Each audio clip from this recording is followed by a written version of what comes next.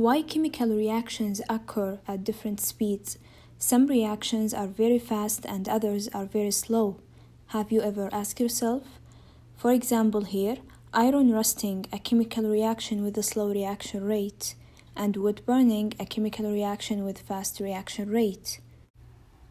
What's the reaction rate? How can we measure it?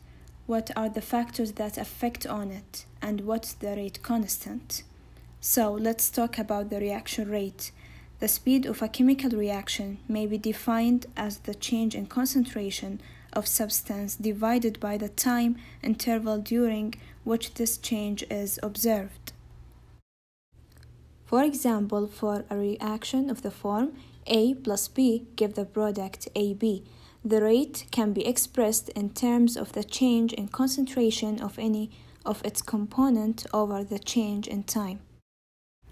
As we see here, the graph shows the relationship between the concentration and time. The red line represents the reactants A and B in a reaction with initial concentration that decreased with time until it reached to the equilibrium. So, the reaction rate equal to minus a change of the concentration of reactant A divided by the change in time, equal to minus the change of the concentration of reactant B divided by the change in time.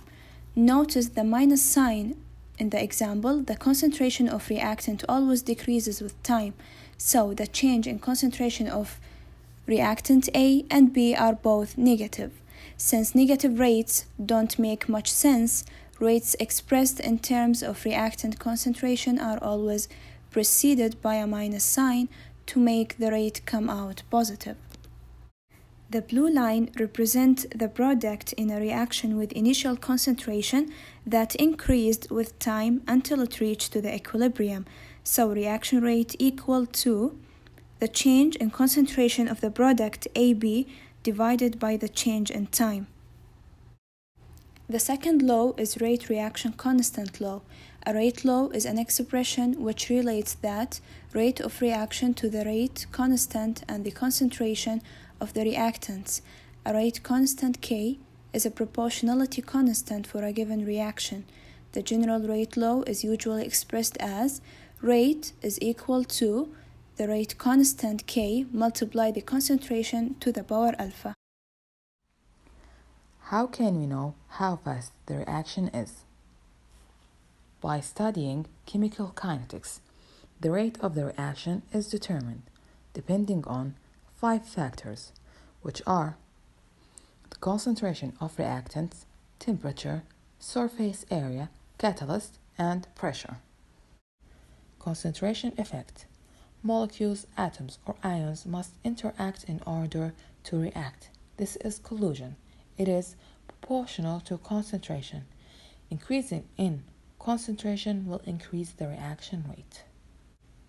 Temperature effects. The average kinetic energy increases with high temperature, then the particles will collide more frequently, so the reaction rate will increase. Same reactant can produce different products under different reaction conditions. For example, ethanol at 100 degrees is converted to diethyl ether. However, at 180 degrees produces ethylene. Pressure effect. In case of gases, pressure has a major effect on the reaction rate. High pressure reduces the space between molecules. Number of collision increase, and as we mentioned previously, collision and concentration are proportional, which raise the reaction rate. Surface area. The smaller the size of particles, the greater the surface area. So surface area enhances the reaction rate. Catalyst effects. What is the catalyst?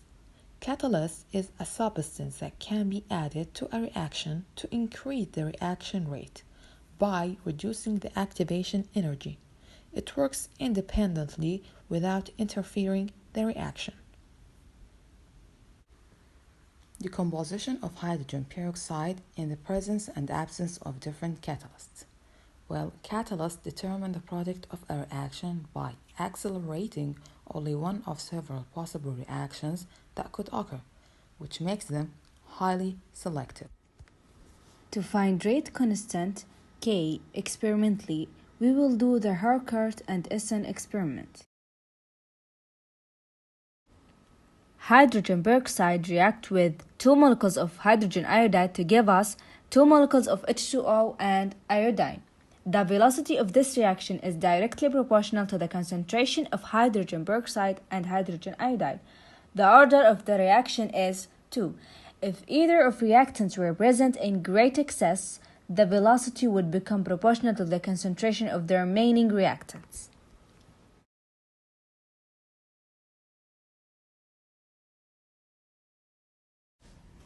To do the experiment, we need flask, 20 milliliters of potassium iodide, 5 milliliters of sulfuric acid, 1 milliliters of starch, 5 milliliters of sodium thiosulfate, 150 milliliters of distilled water, 10 milliliters of hydrogen peroxide, and clock.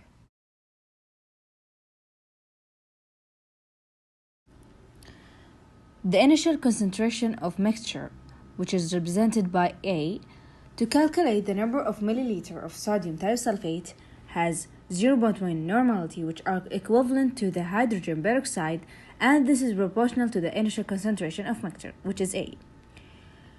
After calculations, we get the initial concentration equal 40 milliliters. Calculating X, and X is the sodium thiosulfate quantity is added when time t is equivalent to the amount of hydrogen peroxide decomposing at time, and take values of 15, 10, 5 minutes at each time period, which appears blue or darker blue.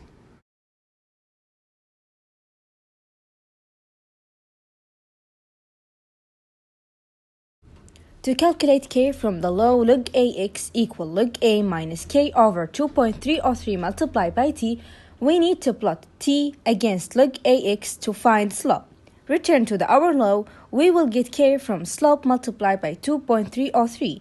After that, we can calculate the rate constant half-life period.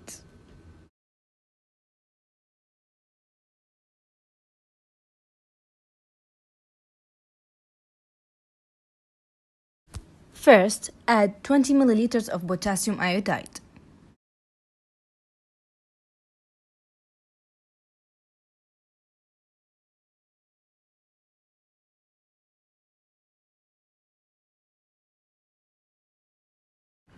Then add 5 milliliters of sulfuric acid.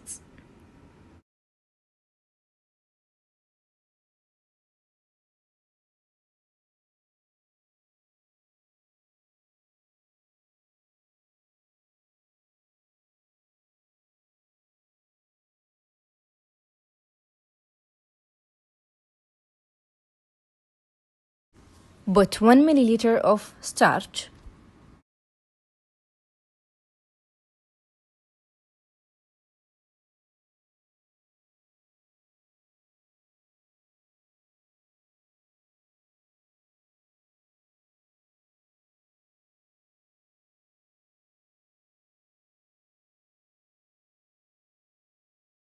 Then add 5 milliliters of sodium thiosulfate.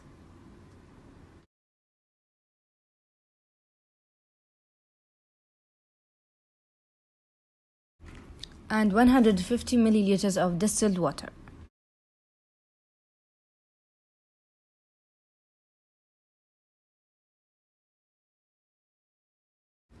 Finally, add 10 milliliters of hydrogen peroxide and start to clock.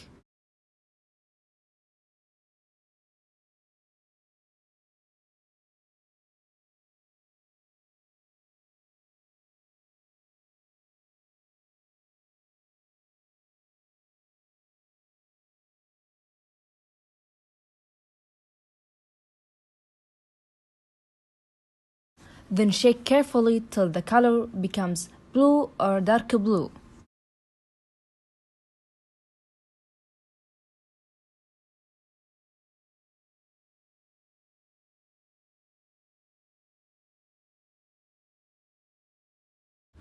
Keep shaking carefully.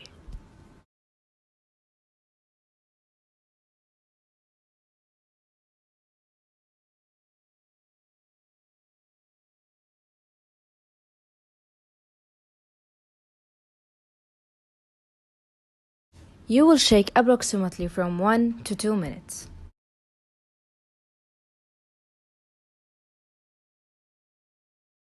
When color turns to the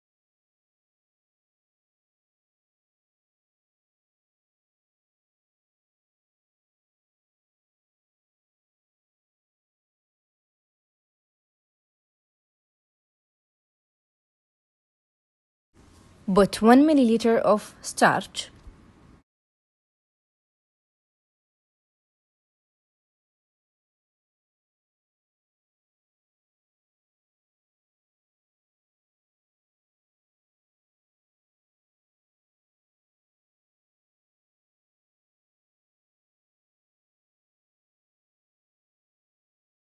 then add 5 milliliters of sodium thiosulfate,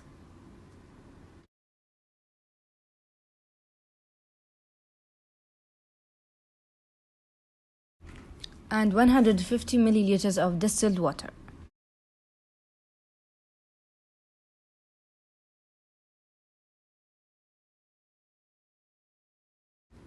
Finally, add 10 milliliters of hydrogen peroxide and start to clock.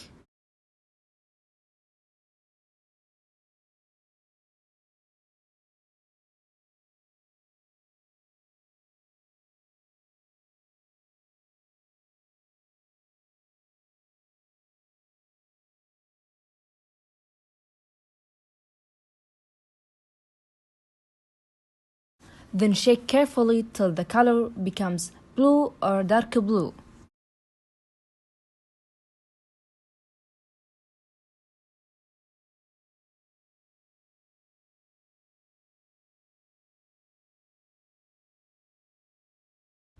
Keep shaking carefully.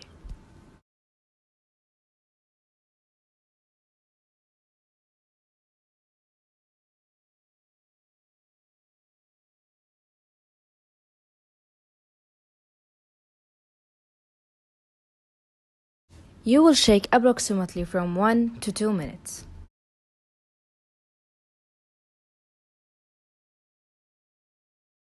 When color turns to the blue or dark blue, record the time and don't stop the watch.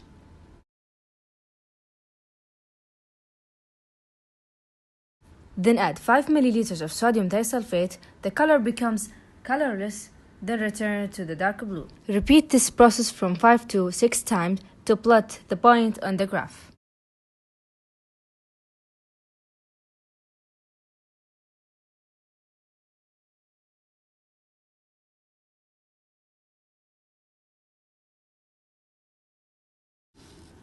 From the table, t in second. To convert it into second, multiply t in minute by 6t and add it to the seconds.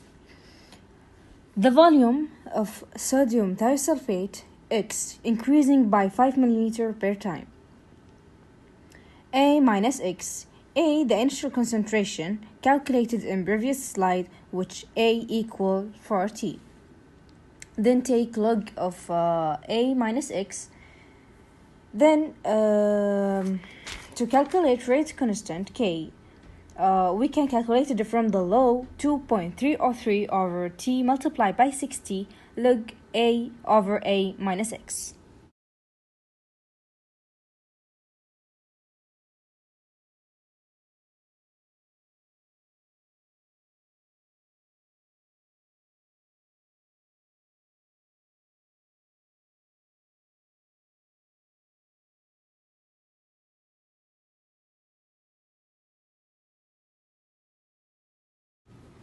As we see from this graph, log AX decreasing per time in minutes.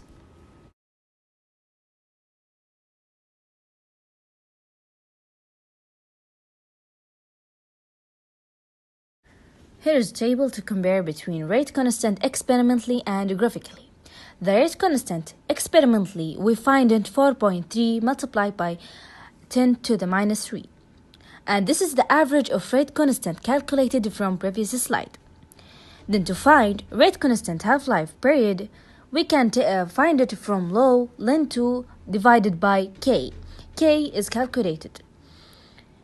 After that, to convert it into minutes, we can divide it by 60. The second column, the rate constant k graphically. After plot the points on the graph, take the slope, then multiply by 2.303, and this is the k. Then calculate the half-life period by log ln 2 over k. Last thing, convert it into minutes by dividing on 60.